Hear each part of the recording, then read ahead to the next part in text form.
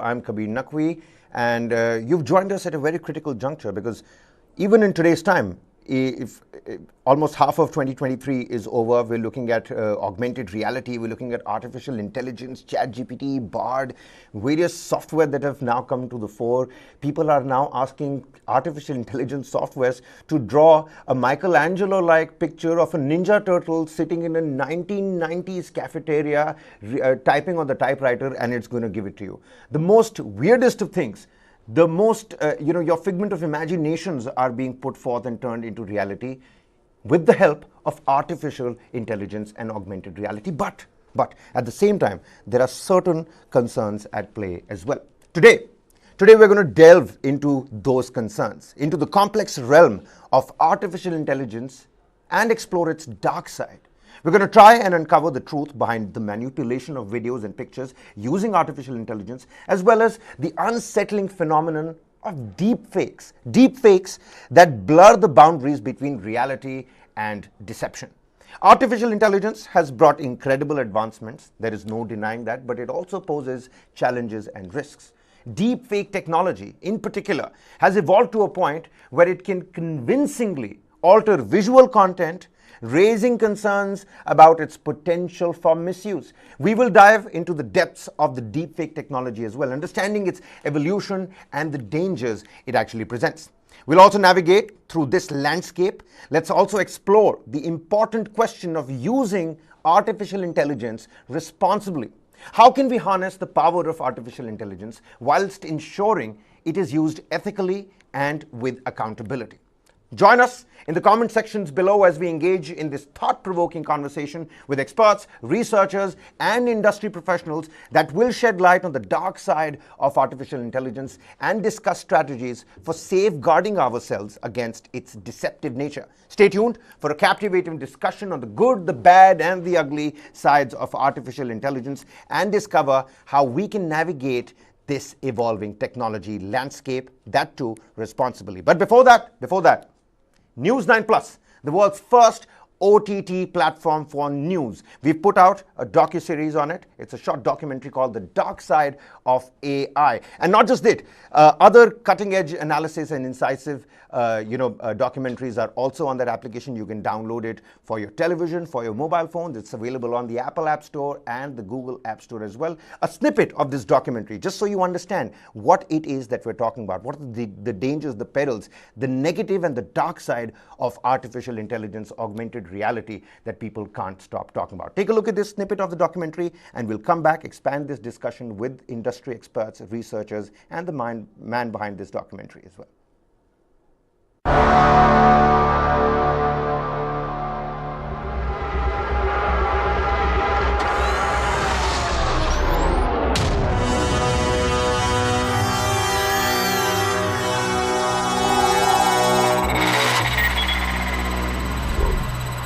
AI is more dangerous than, say, mismanaged aircraft design or production maintenance.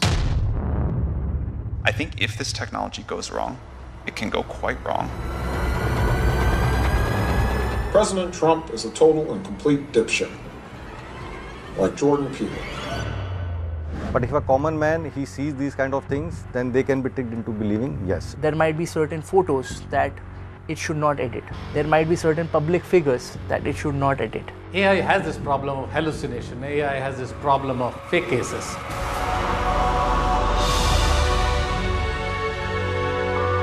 For you, not as an expert, but as a concerned citizen. As an actor, I pretend for a living. As if pretending that climate change wasn't real.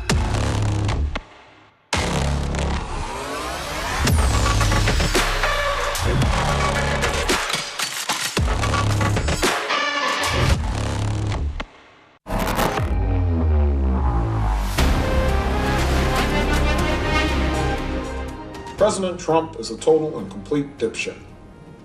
Now, you see, I would never say these things, at least not in a public address, but someone else would. Someone like Jordan Peele. Did President Obama say those things? No. But it looks pretty realistic.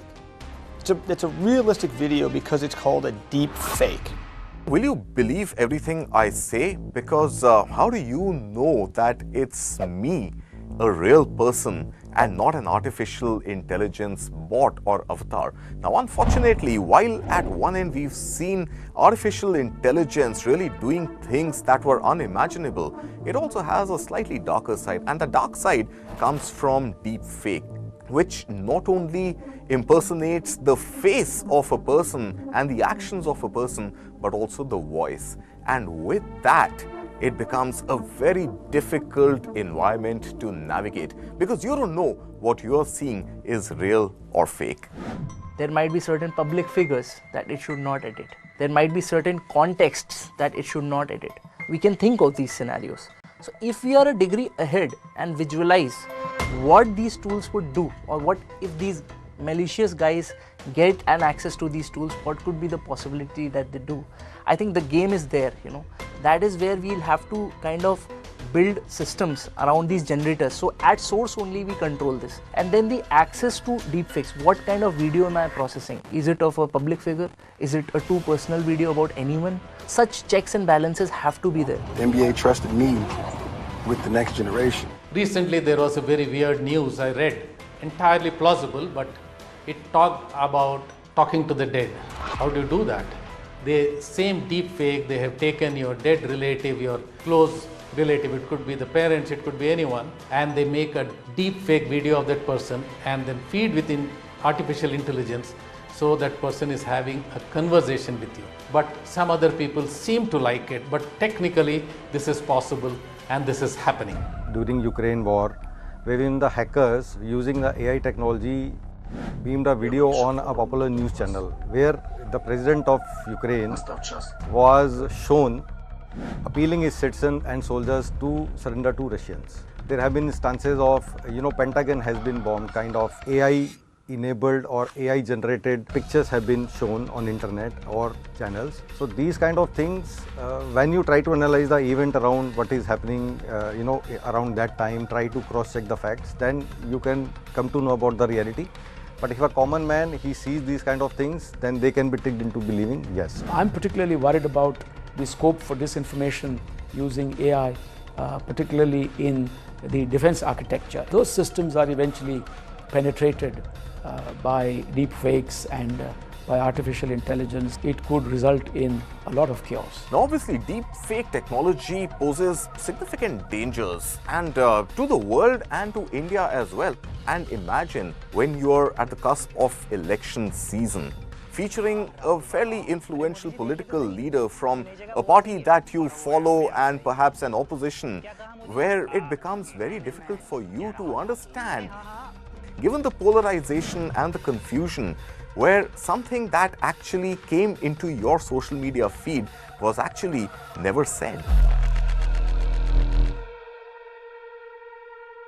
We have seen how algorithmic biases can perpetuate discrimination and prejudice, and how the lack of transparency can undermine public trust. The words were not mine, and the audio was an AI voice cloning software trained on my floor speeches.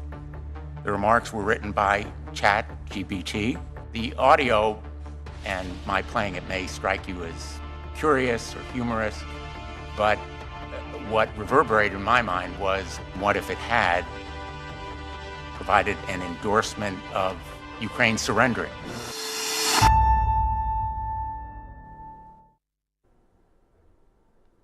Well, that was just a little snippet of the documentary. You can, of course, catch the entire documentary on the News 9 Plus application. Download it now. It's available across all platforms. It is the world's first news OTT. And trust you me, we've got some real impeccable stuff that's waiting out there for you. Joining me here on the broadcast is, of course, my colleague Aditya Raj Kaul, Executive Editor.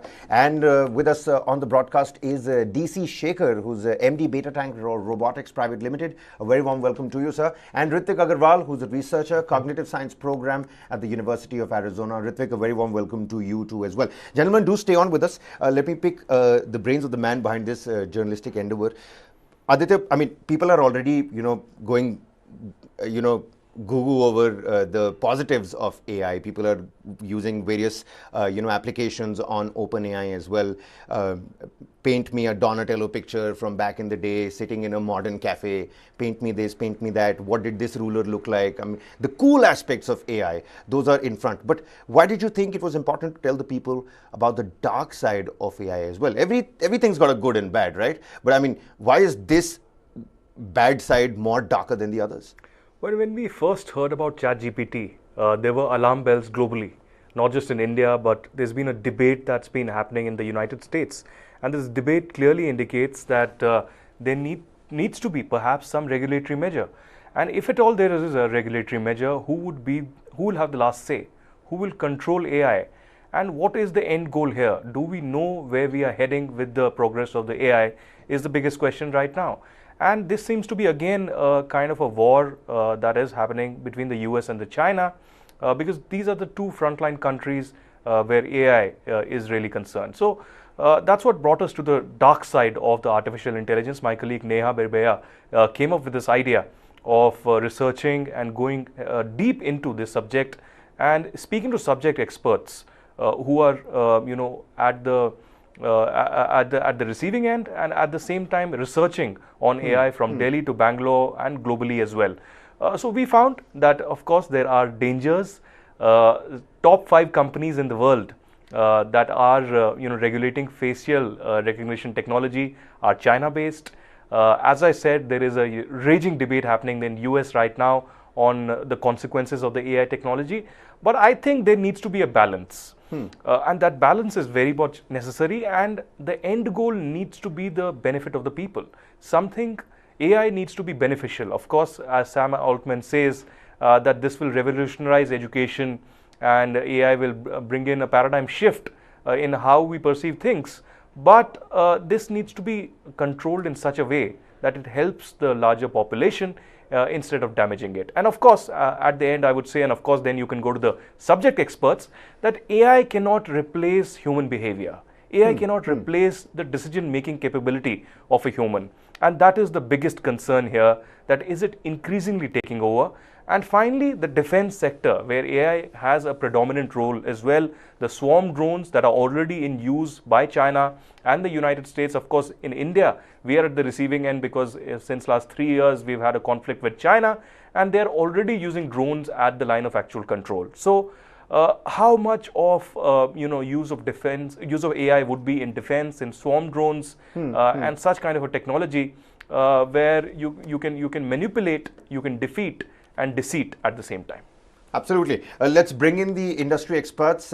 We've got with us DC Shekhar, who's MD Beta Tank Robotics Private Limited. Sir, would you throw some light and help us define what is deepfake technology that is evolving for the layman out there, people who don't really know, and its potential impact on society? I mean, these visuals that we're seeing of Tom Cruise giving a math lesson from Morgan Freeman, talking about Indian thalis and Indian food. So much is out there for everybody to consume, and it puts a smile on our faces, doesn't it? I mean, Tom Cruise giving a 2 + 2 math lesson doesn't really make sense, but it does put a smile on our face. But in terms of the deepfake technology evolving, its perils, for the layman out there, throw some light on that, sir.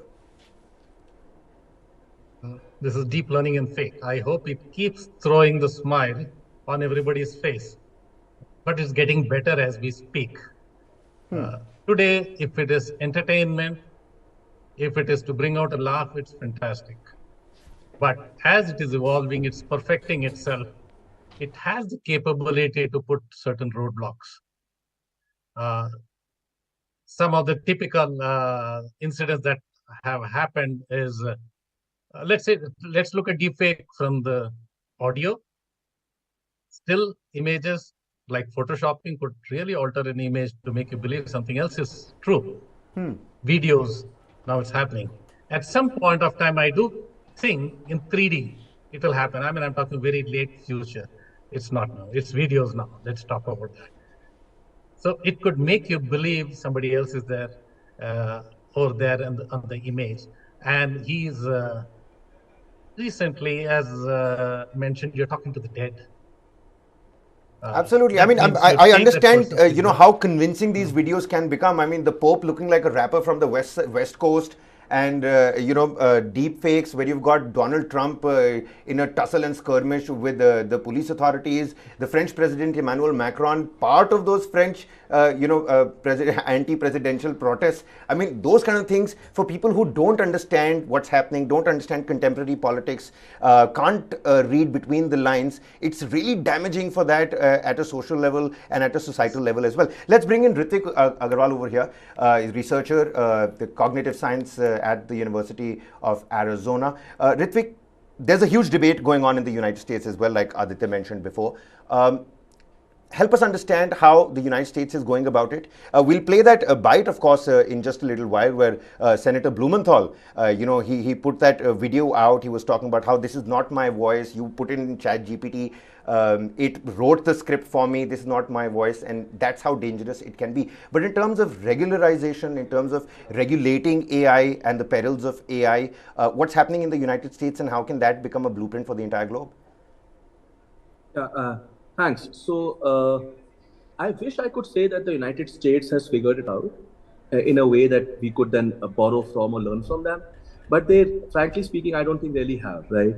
This is like super emerging technology. Like things are just kind of beginning to take off. Rather than the United States, I think in some ways Europe is taking the lead on this. There has been the AI Act, which is being discussed within the European Parliament. There's a draft of that, right? So there are attempts within Europe to put some restrictions and to form some kind of multilateral cooperation and things of that sort to discuss these things.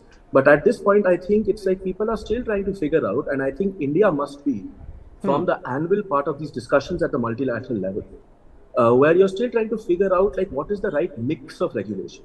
Because you don't want to over-regulate an emerging technology because you don't even know the kind of benefits it might provide in the future, right? So you want to regulate in a way which allows for innovation, which allows for growth, and blocks off the worst of the effects, right? So you need to find the right mix. And I think that has to be a global effort. And I think it's not something we should be leaving to the United States or to Europe. But countries like India and other countries in the South must very strongly put their voice on this, because we actually have some challenges of the sort like which they may not be facing. Could you pinpoint those challenges that are very Asian and South, particularly? Yeah, sure. There are many issues. There are issues about algorithmic fairness, which is that these algorithms are usually controlled by companies based in these northern countries, especially the United States, right? So there are questions about fairness of algorithms. There's question about the training data. These algorithms train upon data, which data has all kinds of implicit and other kinds of biases, right? Because they're all like data generated in the West. Then there are issues about transparency or opacity of algorithms. Like what the algorithms are doing, nobody knows. It's only controlled at the corporate level.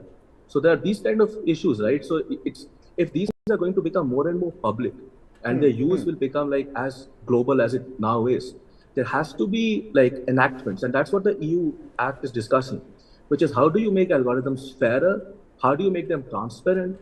There is discussions about explanation, which is very important. Why does the algorithm do what it does? Why does it make the choices that it makes? It's important for people to understand these things, right? Otherwise, how can you make like good decisions about that? So it's very important that countries like India and in alliance with other countries, we put our voice forward, we press upon, and this is the right time because the regulations are still being discussed, drafted, nothing is final.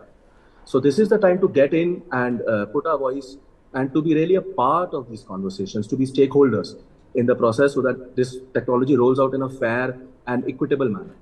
Certainly.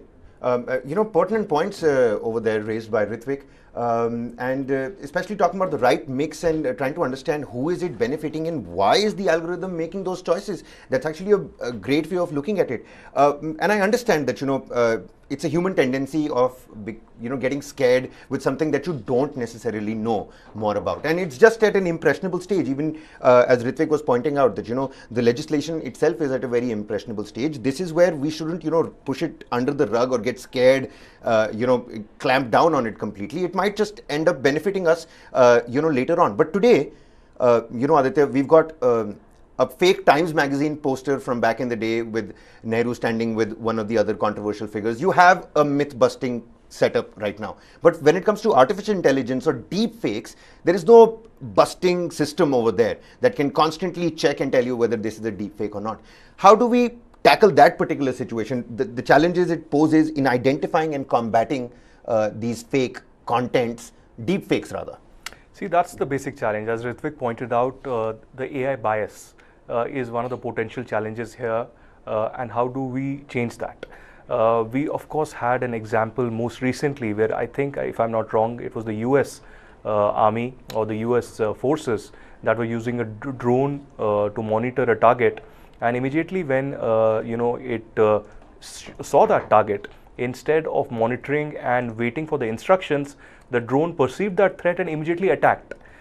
So this could potentially lead to civilian casualties. It could lead to other dangers, infrastructure loss as well, if the AI does not wait for the human behavior or human instruction and acts immediately just on the basis of the threat. So algorithms are a basic concern, and as I said, even as the regulations and legislations are being talked about globally, who would really control this? Will it be the corporates? Will it be the government? Will it be the legislature? Is the biggest concern right now. As Ritvik pointed out, Europe certainly has regulation which respects consent as well as transparency.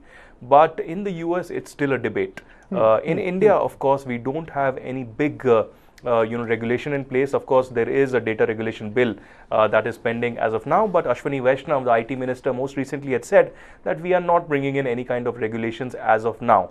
But of course, the Niti Aayog, India's planning commission, has had several papers over the last 5 to 6 years where it has in detail dwelled into artificial intelligence and how it can be used, how it can be progressed and perceived in future. But I think in India also it is time that we consider AI seriously, the potential threats, dangers, and of course its use both in technology and of course in defense as well. And finally, AI certainly can bring in unemployment as well. So there is that concern that is looming large, particularly in India. So we'll have to wait and watch how this progresses. But this is certainly a defining stage in history where AI is progressing at a very fast rate, and we certainly are trying to figure out where this is headed. Well, certainly. I mean, I remember looking at the screen and I saw this person giving, reading a news bulletin. And I remember asking my colleagues, is that a new inductee that we have that we're looking at? And I was told that no, that's an artificial intelligence generated avatar that is now reading the news, doing your job for you, so that unemployment, especially for the news anchors. I mean, that is something that is real. But coming back to the industry expert with us on the show, DC Shekhar, sir, how can individuals and organizations protect themselves from falling victim or prey to these deep fakes? Is there a system? Are there top tips that you could probably share with us here? Well, if you share a password with your family, say if you pick up the phone and tell me 4192, I know you're in trouble. It's as simple as that. The moment your communication within the organization is in a silo, not on the digital highway, there is a certain amount of protection you get. That's one part of it. Now, when it comes to, it's really difficult to really be in a silo, that I admit. So you have to, today, the deepfakes, there are technologies coming up to detect. But please let us remember that as much as these technologies are coming up with algorithms to detect a deepfake, there is somebody else also utilizing the same knowledge, perhaps, to create a more sophisticated deepfake, which will be even more difficult to detect. So it's like this. Sometimes we got spam mails. We didn't stop using emails. We started dealing with this spam mail. And today we use email. And I'm sure society will learn how to control this nuisance, how to control this kind of indiscipline, and make good use of this tool. Ritik, somebody in our chat box on the live stream has commented, and I'll read that comment out to you because it seems like it'll make much more sense to you and to us as well with your reply. It says, there is also a debate about copyright issues. AI has read books available in darknet as data. It is already infringing upon rights of other people? Yeah. Oh, it is doing that in a big way, and that's a very significant concern. That's also part of the reason this, as well as the job loss issue that you were discussing just now, is part of the reason why the Hollywood writers are currently on strike. Because the studios and Netflix, platforms like Netflix, increasingly want to use AI to refine scripts, and writers are concerned about job losses.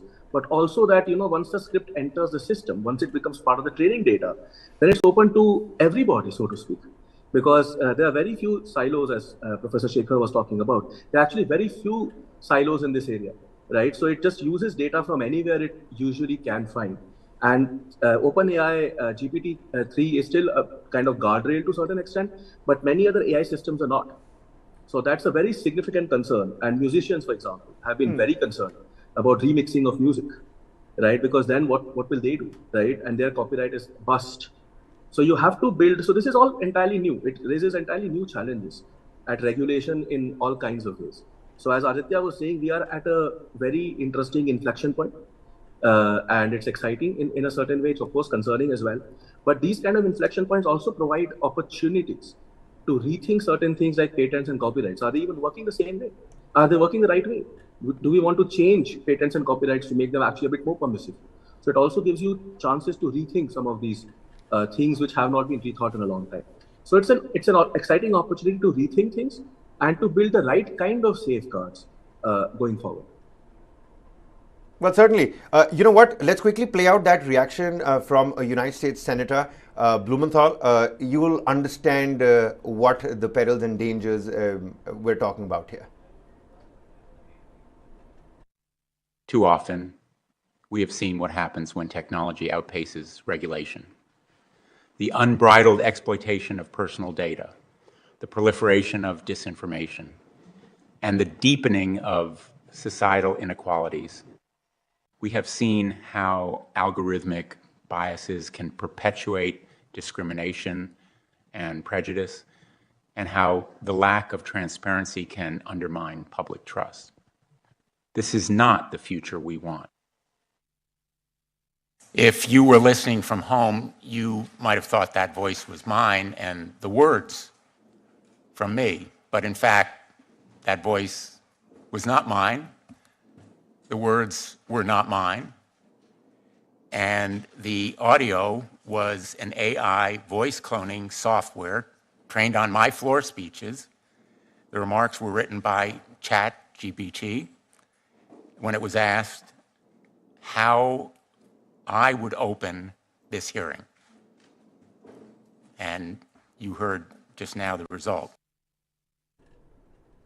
Well, so, DC Shekhar with us on the broadcast. Sir, what ethical considerations should be taken into account when we're developing and deploying AI technologies to ensure responsible and accountable use? I'm sure you heard what Mr. Blumenthal had for the Senate to see. My concern would lie in applications like medical advice. Some of these things which is really interfacing with the common man who doesn't have the bandwidth to detect between a good advice and bad advice, between a good program and a bad program. If the defense purchases some AI, I'm sure they have enough bandwidth to sort of figure out the pitfalls. Right. They have the means to do the contingency plannings and things like that. But it's a common man who would probably put a lot of faith in the advice coming from here. That needs to be regulated, according to me, to some extent. Regulating is one thing. Now, when it comes to elections, this can create a lot of biases in the public narration, and it puts a lot of power in the hands of few people. Having said that, what is fair is a totally different question. What is fair to me and what is fair to you and what is fair to Ritvik might be a little different. So one has to have the intent to be fair. That's a certain challenging part. And after that, what is fair, we have to calibrate that. These are some of the challenges that I think of. And one of the challenges I also think of is in the defense. Currently, it is used as a decision support system and perhaps, supplementing the information available real time, because some of these decisions may have to be taken very, very quickly. At some point of time, it might be tempting to have some of the responses automatic, or else, like Aditya mentioned, that the drone, instead of waiting for instruction, it took action. You get into a dangerous stage at that time when the human element is removed. I have a great respect for the human element. When you think of designing a driverless cars and the amount of gadgetry, the hardware and software that you're putting in to get a driver out of job, I have another respect for the poor 10th standard pass guy who is so resourceful. He's the pinnacle of all these technologies and the tools. Well, that's actually a really creative way of putting it, and I agree with the fact that OpenAI is looking to revolutionize the education sector as well for students. We've already seen people cheating off of ChatGPT, taking questions to ChatGPT, understanding anything and everything under the sun on ChatGPT. We're running out of time here. Just a few closing comments. It seems like we've covered up a lot of stuff. Aditya, from you, I'd like to understand, how does one strike that balance? You spoke about that the end game has to be benefit of the people. So how do we strike that balance about benefiting the people as well and making sure that misinformation is not being disseminated? There is not a lot of deepfake tech out there. Well, firstly, journalists should be the last person to comment or advise on this, but I think domain experts would be more aware. But I think, as I said, there's a corporate responsibility here, but there's a government responsibility as well. So we need to strike a balance where we don't give an open long rope on AI, because there can be negative means that the corporates can use this into, and these technologies, these AI based tech can go into the wrong hands. That is the biggest concern, and that has happened in the past several times. And as I said, China has been using this. It has been using data in its favor, and as we know, whoever holds the data is the king with AI. So China certainly is at the top of this, very concerned about it, and United States perhaps in the next year or so can bring in a legislation as well. But here in India, there is a lot of companies, a lot of interest, a lot of individuals who are working in AI, and that certainly brings us to the conclusion that there is a legislation, or at least a law or some aspect that needs to be discussed at a greater length by the IT ministry and bring in some regulatory measures. We're waiting upon that Digital India Act as well. I'm going to take the same question to Ritvik. Ritvik, final comments. How do you think we can strike that balance? I was speaking to some of my colleagues, and we were talking about how soon we're just going to be giving commands to an application. I want this frame, I want a serious looking character, zoom in on that character, make him say these lines, then zoom in on this and go to a flashback. So basically all of filmmaking done on just, text. Essentially. So, I mean, of course, there's going to be benefit of that, but again, misinformation, the perils, the dark side of AI. How do we strike that balance? Really quickly, sir.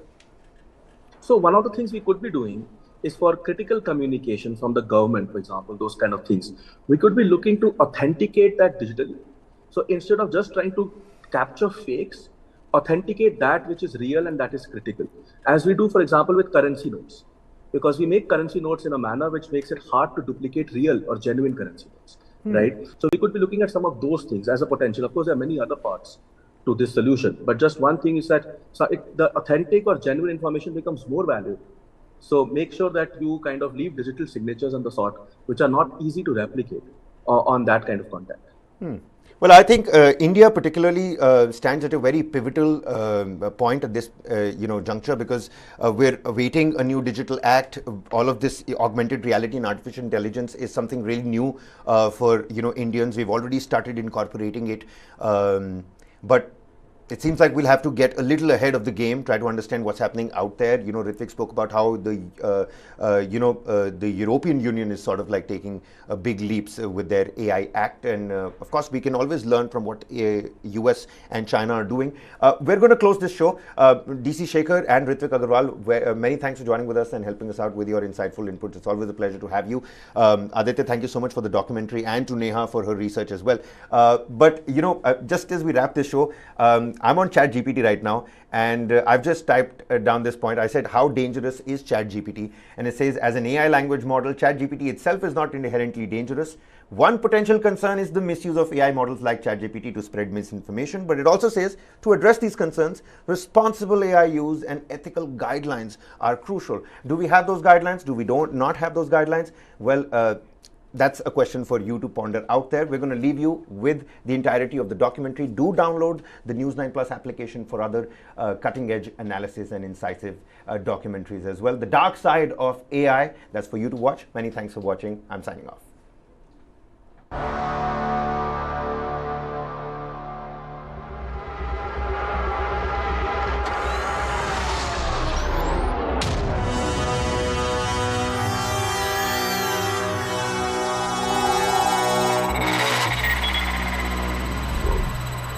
AI is more dangerous than, say, mismanaged aircraft design or production maintenance. I think if this technology goes wrong, it can go quite wrong. President Trump is a total and complete dipshit, like Jordan Peele. But if a common man, he sees these kind of things, then they can be tricked into believing, yes. There might be certain photos that it should not edit. There might be certain public figures that it should not edit. AI has this problem of hallucination. AI has this problem of fake cases.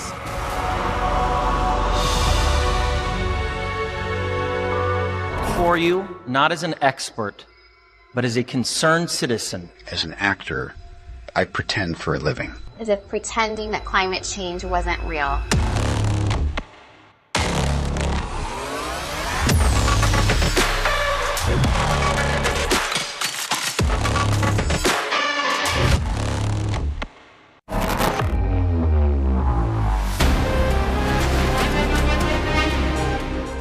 President Trump is a total and complete dipshit. Now, you see, I would never say these things, at least not in a public address, but someone else would. Someone like Jordan Peele. Did President Obama say those things? No.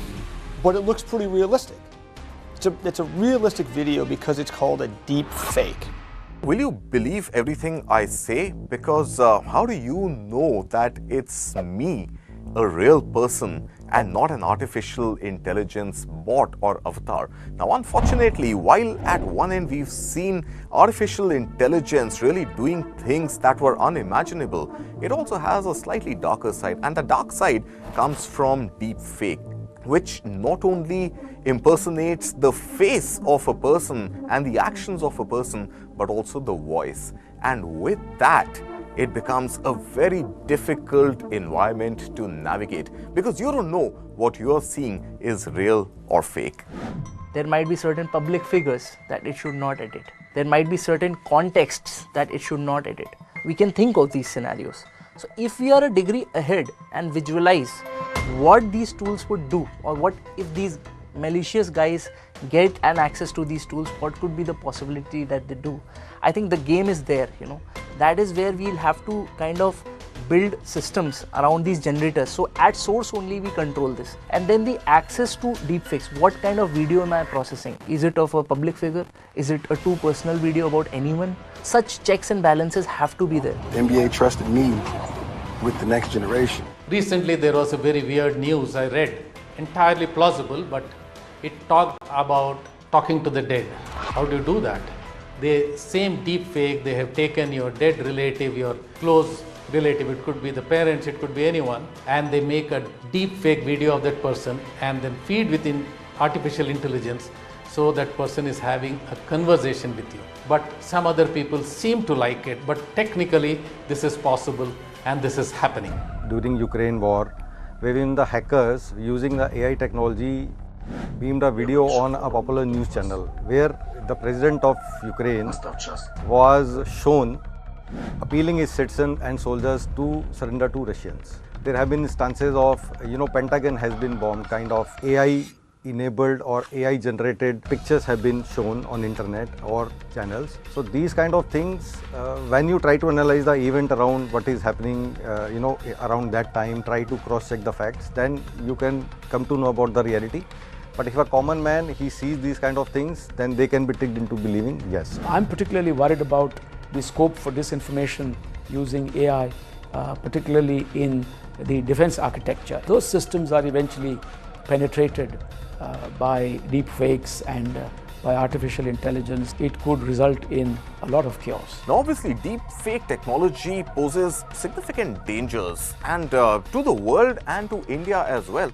And imagine when you're at the cusp of election season, featuring a fairly influential political leader from a party that you follow and perhaps an opposition, where it becomes very difficult for you to understand, given the polarization and the confusion, where something that actually came into your social media feed was actually never said. We have seen how algorithmic biases can perpetuate discrimination and prejudice, and how the lack of transparency can undermine public trust. The words were not mine, and the audio was an AI voice cloning software trained on my floor speeches. The remarks were written by ChatGPT. The audio and my playing it may strike you as curious or humorous, but what reverberated in my mind was, what if it had provided an endorsement of Ukraine surrendering? A classic example of artificial intelligence-powered voice cloning, really.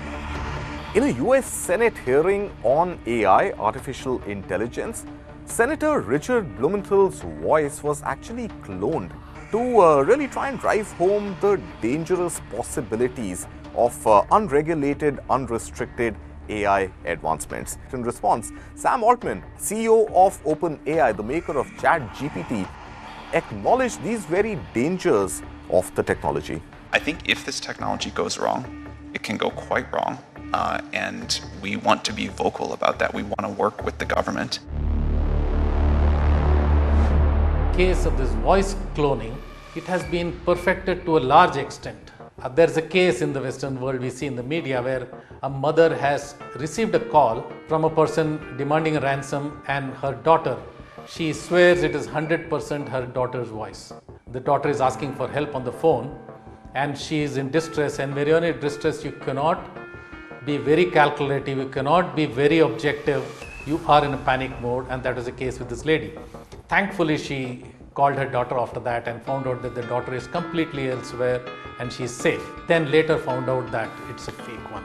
So these are all very easy to happen, because if you pick up the phone and hear the exact voice of a near and dear one in problem, I think a lot of us would not be very rational and objective, and we are in a panic mode and we are rushing to help.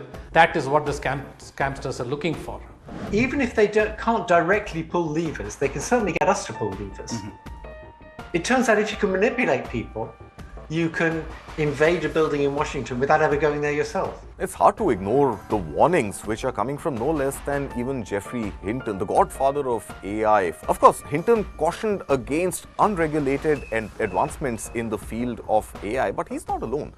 Even Elon Musk, Tesla's SpaceX chief, he plans to work towards combating the threat with something called Truth GPT. That is his answer to ChatGPT, which of course is a commonly used AI bot which has been called out for spreading misinformation. I'm going to start something which you call Truth GPT, or a maximum truth-seeking AI that tries to understand the nature of the universe. This might be the best path to safety. Today, if you ask ChatGPT the sources, it doesn't give you those sources. It can even make up those sources.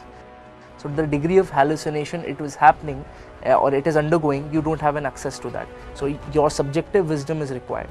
So if there is an objective bot that can trace down where it is getting those information from and show you those source of truth, and you can apply your intelligence and find out how it is synthesizing, I think that gives you an access to how this is being made up, and that will give you some control over how to use it. So what he's doing is he's making people use ChatGPT in a more efficient and reliable way. So he's not actually against it, he's actually building a good innovation around it. Yeah. Look, the dangers of rapid AI growth have been acknowledged by many global leaders. In fact, they are apparently taking proactive steps to implement certain regulations. India is also working towards addressing AI and deepfake threats, and there is a regulatory framework which is coming in place through the Digital Personal Protection Bill, also the Digital India Bill, which will replace the IT Act of 2000 and is likely to be tabled in the monsoon session of the Parliament. The very pioneers of AI are warning us about the ways these technologies could undermine our values and freedoms through to the most extreme risks of all.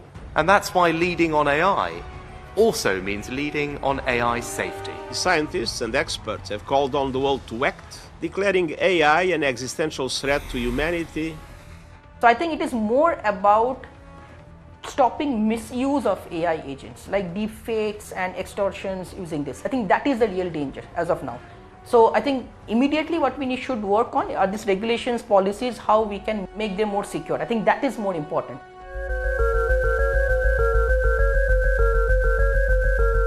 See, too much regulation is obviously a bad thing, but the rising integration of AI and ML in defense, for example, underlines the need for regulation. AI in defense is going to be a game changer. Look at the positive side. Suppose a combat happens. A nation has the potential to save the blood of its soldier. Why won't it? You know how Bin Laden was caught? He was caught through triangulation of a lot of analytics. So it's already there. Again, who gets the access to that? So if you ask me defense, the regulation of AI has to be huge there. Bomb threat can be diffused by a robot. A human life can be saved.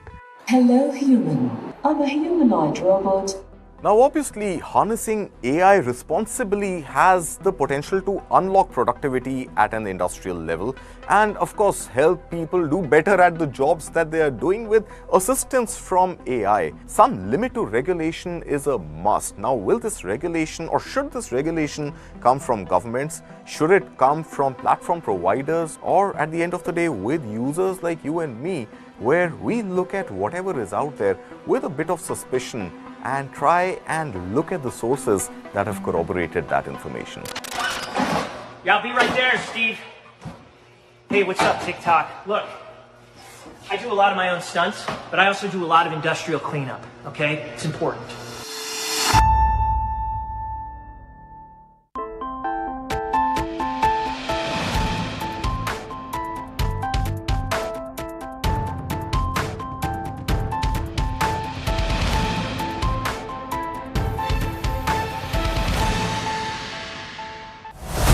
Gautam Adani, one of the richest men in the world, or a business honcho, accused of manipulating the market.